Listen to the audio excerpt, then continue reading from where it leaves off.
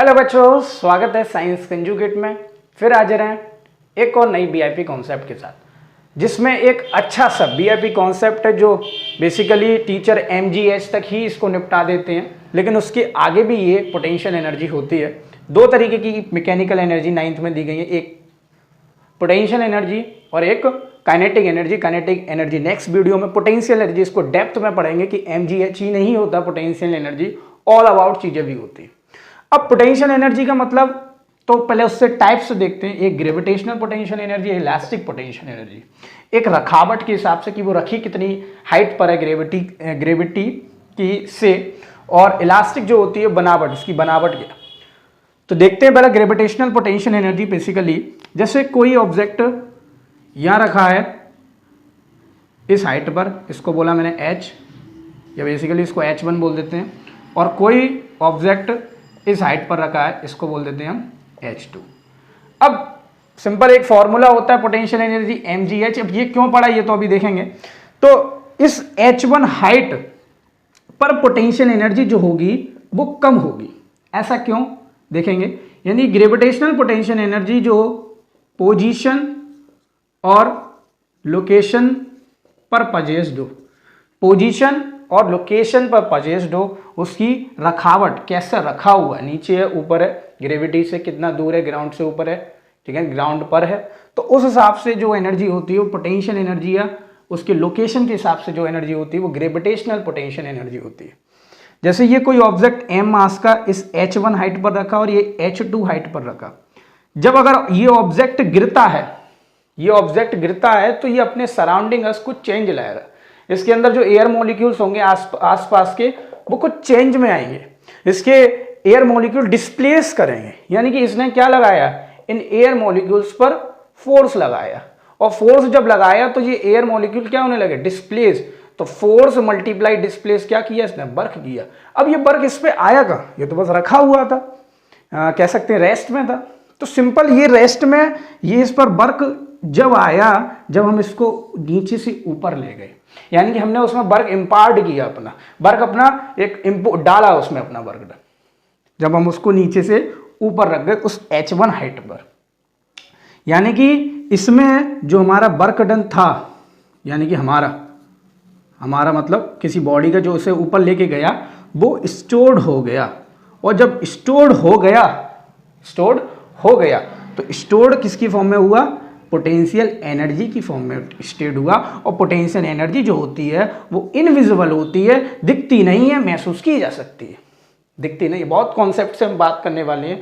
Invisible होती है और इसमें हमने स्टोर्ड किया, इम्पार्ट किया, उसमें डाला वर्क, तो वो पोटेंशियल एनर्जी स्टोर्ड हुई। इसमें कम होगी, इसमें ज्यादा होगी, क्योंकि इसमें हाइट ज्यादा है, ग्राउंड से ग्रेविटी से उसकी ऑब्जेक्ट की हाइट ज्यादा है, तो वो ज्यादा वर्क करेगा किन पर, एयर मॉलिक्यूल्स पर, जो सराउंडिंग मॉलिक्यूल्स या मैटर के पार्टिकल्स होंगे उस पर, ठीक है ना।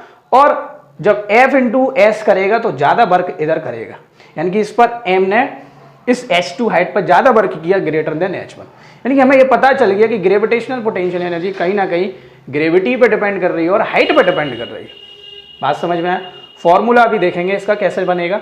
जैसे वर्क इसने किया, वर्क जो पोटेंशियल एनर्जी करेगी किसी भी हाइट पर, तो वर्क जो होगा वो इसके weight of the body multiply इसकी डिस्टेंस, कितना दूर है हाइट पर,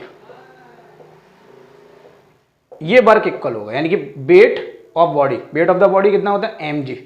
इसने mg फोर्स लगाया नीचे, किसी का वेट देखोगे तो mg multiply height, w is equal to क्या लिख देंगे, mgh।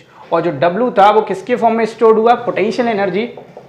तो पोटेंशियल एनर्जी हमारी किसके इक्वल हो गई, mgh। अब देख लिया कहां से ये फॉर्मूला आया, weight of the body multiply height, जिस हाइट पर वो रखा हुआ है।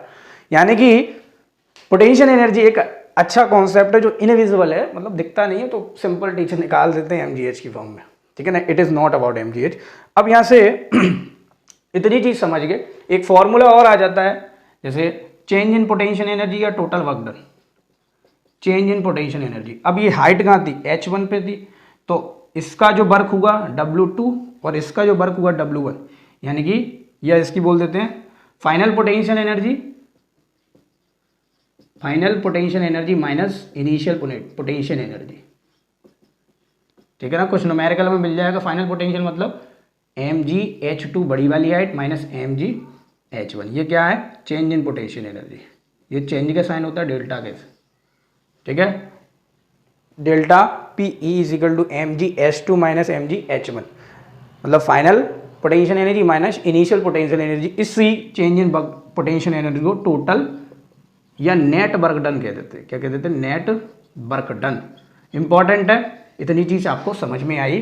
ग्रेविटेशनल पोटेंशियल एनर्जी, एक और चीज है कि ग्रेविटेशनल पोटेंशियल एनर्जी को आप जैसे सिंपल, जैसे ये ऑब्जेक्ट है, आप इसको यहाँ लाना है, इसको या तो आप उधर से घूमते हुए इधर लाओ या सिंपल सीधे ले आओ। कहने का मतलब जैसे कोई ऑब्जेक्ट यहाँ रखा हुआ है ए पोजीशन पर ग्राउंड से, और आप इसे यहाँ से ला रहे हो, ठीक है ना। तो सिंपल कहने का मतलब आप इसको या तो सिंपल इस रास्ते से गए इधर दे आए, या घूमते हुए इधर गए फिर इधर आए फिर इधर आए फिर देने गए। कहने का मतलब ये इंडिपेंडेंट ऑफ पाथ होती है। एक नंबर का क्वेश्चन आ जाता है, ये पाथ पे डिपेंड नहीं करती, ये किस पर डिपेंड करती है, वर्क पर डिपेंड करती है। चेंज इन वर्क डन, जो वर्क डन किया, इंडिपेंडेंट ऑफ पाथ होती है। कैसी भी पाथ में चले जाओ, ये फाइनल और इनिशियल वर्क डन पर डिपेंड करेगी। ये तो हमारा gravitational potential energy 9th class तक है। It is not about mgh, it is all about of mgh, ठीक है ना। इलास्टिक पोटेंशियल एनर्जी बहुत इंपॉर्टेंट है। आप इसको स्क्रीनशॉट भी ले सकते हो, उस हिसाब से आप उसको नोट डाउन कर सकते हैं कि कैसे उस ईट ने वर्क किया, किस पर, एयर के मॉलिक्यूल्स पर, और हमने दिखाया कि कैसे mgh और नेट वर्क डन उसका हुआ, जो वो पोटेंशियल एनर्जी की फॉर्म में स्टोर हुआ। इलास्टिक पोटेंशियल एनर्जी, बनावट वाली पोटेंशियल एनर्जी। इसको समझने से पहले एक एग्जांपल लेते हैं। जैसे एक मैंने धनुष लिया, काम चलाओ धनुष, ठीक है ना। जो तो डोमियन बन गया पिज्जा, ये कुछ इस प्रकार। अब जो हिसाब से लगे वो धनुष हिसाब लगा लेना, ठीक है ना। और यहाँ से मैंने इसकी स्ट्रिंग निकाली, तो जब मैंने उस पर खींचा, मैंने बहुत मतलब खींचा, इतना खींचना है टूटे नहीं। तो जब मैंने उसको खींचा तो मैं उस पर वर्क करता जा रहा हूँ। क्या करता जा रहा हूँ, वर्क वर्क वर्क। और जब वो वर्क करता जाऊँगा तो वर्क जो है, मैंने उस पर क्या किया, वर्क किया, और वर्क डन जो है वो स्टोर्ड होता गया। जैसे उस ईट के हिसाब से होता गया कि वो h1 हाइट पर है और ये h2 हाइट पर है, तो इस पर वर्क हुआ, इस पर वर्क ज़्यादा हुआ क्योंकि ज़्यादा हाइट पर थी।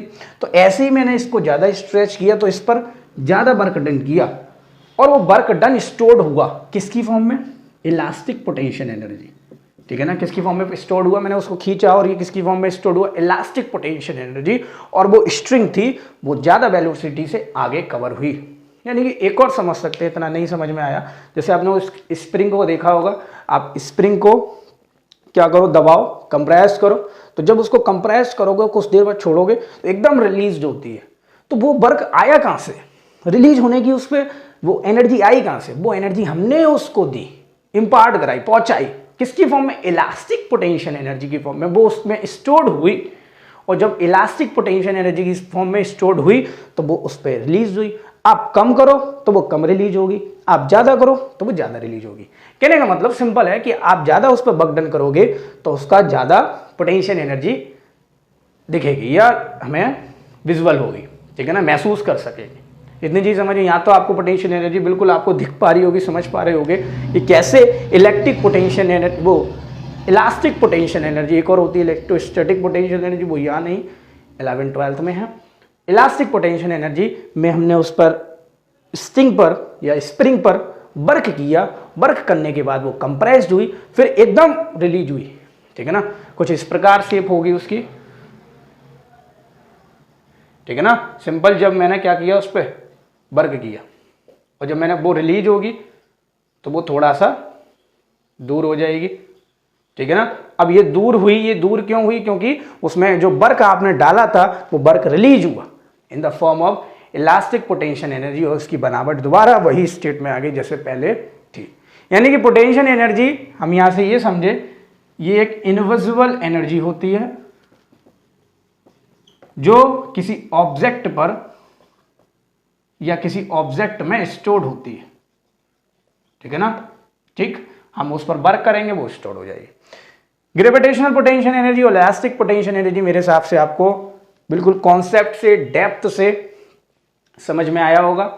नेक्स्ट वीडियो में हम जो डिस्कस करने वाले हैं वो काइनेटिक एनर्जी और उसका डेरिवेशन जो ½ mv² होता है, और नेक्स्ट जो बात करेंगे law of conservation of energy की, energy neither be created nor be destroyed. इस हिसाब से हमने एक इंपॉर्टेंट टॉपिक डिस्कस किया। तो बने रहिए VIP कॉन्सेप्ट के साथ।